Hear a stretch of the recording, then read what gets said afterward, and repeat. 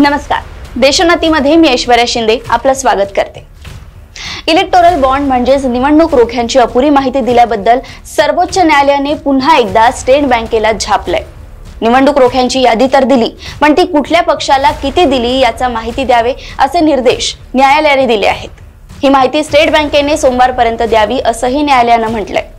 निवडणूक रोख्यांच्या निधीबाबत कोणत्या कंपनीने किती निधी दिला ते गुरुवारी जाहीर करण्यात आलं, पण त्यामध्ये कोणत्या कंपनीने कोणत्या राजकीय पक्षाने किती निधी दिला हे मात्र स्पष्ट नाही। त्यावर सर्वोच्च न्यायालयाने निवडणूक आयोगाला विचारल्यानंतर त्यांनी SBI कडे बोट दाखवलं। त्यानंतर सर्वोच्च न्यायालयाने SBI ला झापलं। सोमवार 18 मार्च पर्यंत ही विस्तृत माहिती द्यावी असे निर्देश सर्वोच्च न्यायालयाने SBI ला दिले आहेत। निवडणूक रोख्यांचा तपशील निवडणूक आयोगाने सार्वजनिक केल्यानंतर चर्चांना उधाण आलंय। एप्रिल 2019 ते फेब्रुवारी 2024 या काळातील देणगीदारांची नावं आणि त्यांनी किती देणग्या दिल्या याची यादीच समोर आली आहे। यामध्ये डिअर लॉटरीची कंपनी फ्युचर गेमिंग पहिल्या क्रमांकावर आहे।